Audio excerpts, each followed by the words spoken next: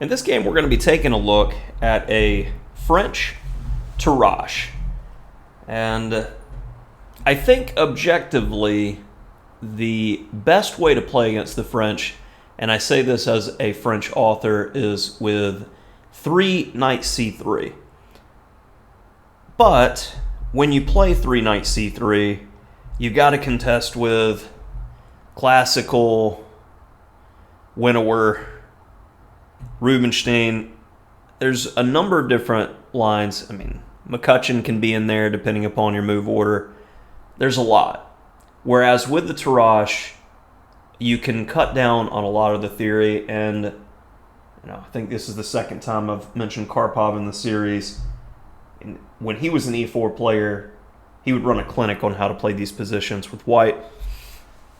And speaking of like Rubinstein type ideas, the opponent plays d takes e4. And I've never been able to play these positions at a very high level from either side. Like, I've always admired how Georg Meyer, who's one of my favorite French players to study, plays these positions with black. And with white, when I was very active in playing e4 all the time, I couldn't figure out how to get the most out of these positions because typically they're technical affairs where white just has a little bit of something playing against the bad bishop. Well, when recommending lines to my students now, I try against the more passive or solid positions to recommend the most aggressive thing that I can.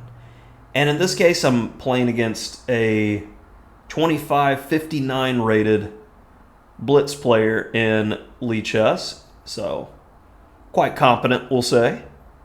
But they played this early move, knight f6. And already, this is not the best approach to handling the opening. Typically, we'll either see knight d7 before knight f6, you can capture back with the knight, or bishop d7 followed by bishop c6 to get rid of the bad bishop, and that's the Fort Knox variation. And I have had a request in the past to add the Fort Knox into my Master of the French Defense course, but I'll be honest, with modern day engines, it doesn't like the cramp, and there's a line or two for white where white gets a pretty stable edge. So I think it's a bullet/blitz opening that's very easy to play, but more than that, for serious games, I wouldn't consider it personally.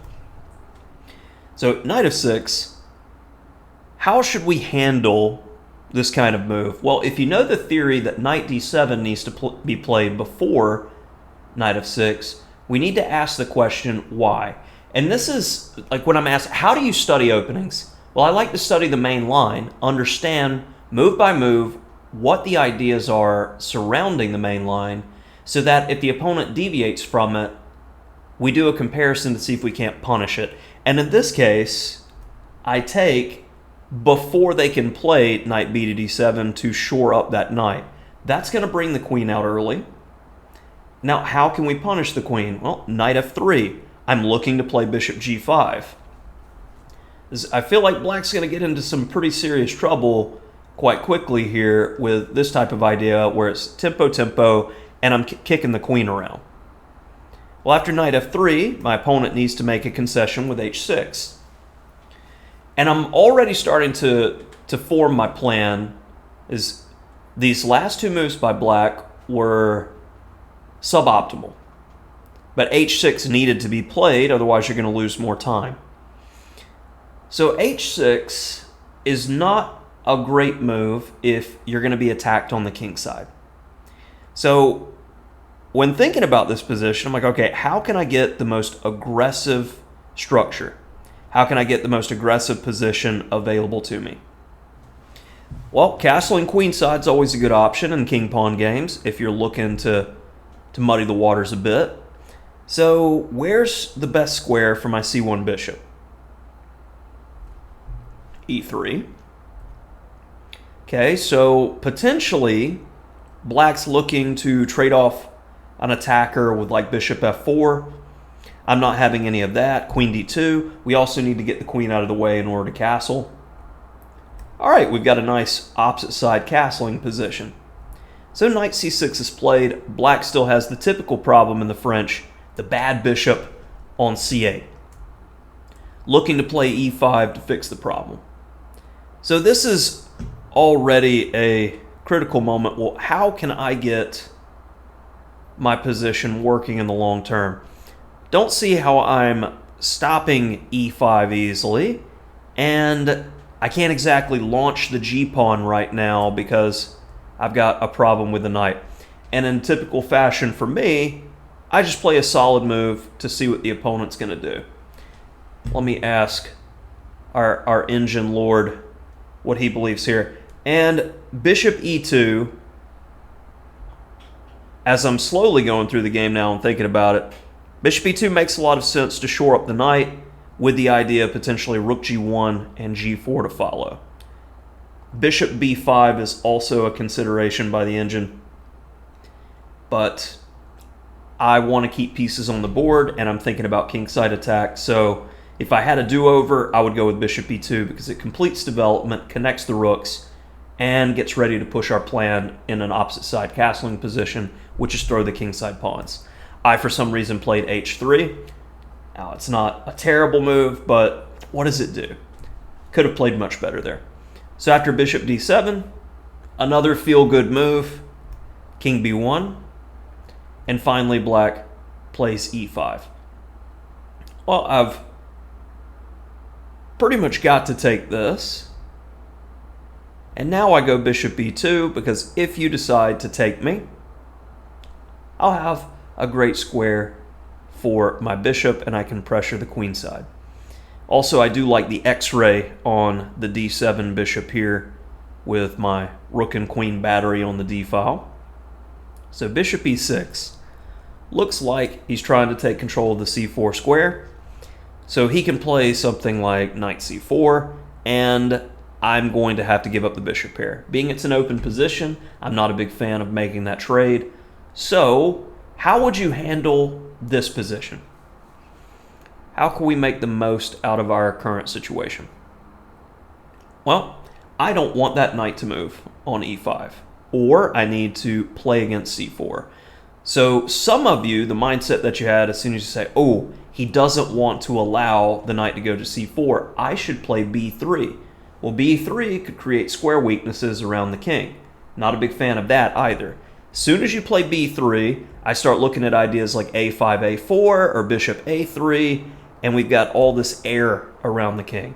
So I believe the cure was worse than the poison in that situation. So then we look at other ways then. Say, okay, what about bishop d4? Can't move the knight if you're going to be hanging your queen.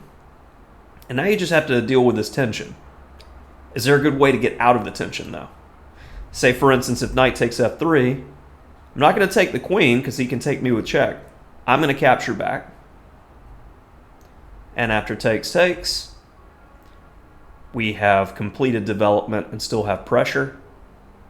And after bishop e4, have a clear motif of attack on the king side.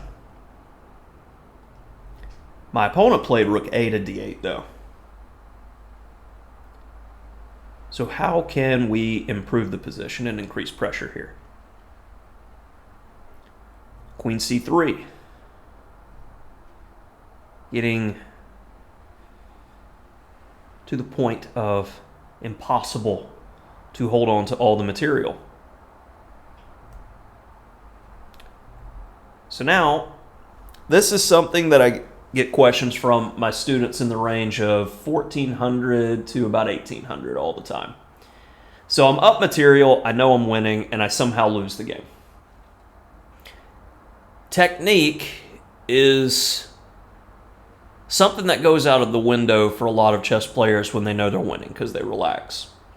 One of the things I always enjoyed studying about Fischer's games was Fischer would bear down on his opponents like a shark with blood in the water when that was a mistake. But also I believe it was his mindset. He felt like people didn't deserve to sit across from him if you're going to blunder and play so poorly. And he wanted to crush them. So he had every reason in his mind to just bear down. I don't think most people have this type of mentality, but we need to be critical when we're up material. And my thought process is, I would say, more akin to someone like Ulf Anderson. I want to completely eliminate counterplay, and I'm going to trade down pieces to limit any chances you have at counterattack. I'm going to simplify the position, making my life easier. And don't just think simplification is trading pieces for the sake of trading pieces when you're up material. You want to still make good trades. And tension is almost always king for strong chess players. So trade pieces effectively. Bad pieces for good pieces. So king b1, and one trade down. And f6, needed to defend the g-pawn. Well, let's activate all of our pieces. Some might say, oh, okay, well, you can try to play bishop c5 here. We're not in a hurry. Let's get everybody invited to the party first. And only now, since the queen is lined up with this x-ray, will I go bishop c5. On queen b5, let's go ahead, get rid of that. Well, you're giving me another opportunity to trade here. Doesn't look like there's any problem. And here, do I have another opportunity to trade? Yes. Now, the engine probably doesn't like this move because it is doubling pawns, but objectively, I know in this rook and bishop endgame, black has absolutely no chance if I go queen b3. And this is one of those human ways to solve games. Often when you see people accused of cheating is when they play perfectly from a position like this. Whereas the very human way is, the person has zero counterplay. How can you do anything here? Oh, well, he's got a pass d-pawn. All right, I'll put my king on the d-file. Then what? I'm going to get my rook on the 7th rank. Oh, you're going to trade rooks with me too? Pawns get picked off. This is just a trivial win for white. Say, for instance, king f7, trying to stop me from getting in. I insist on getting in, and there's nothing you can do about it.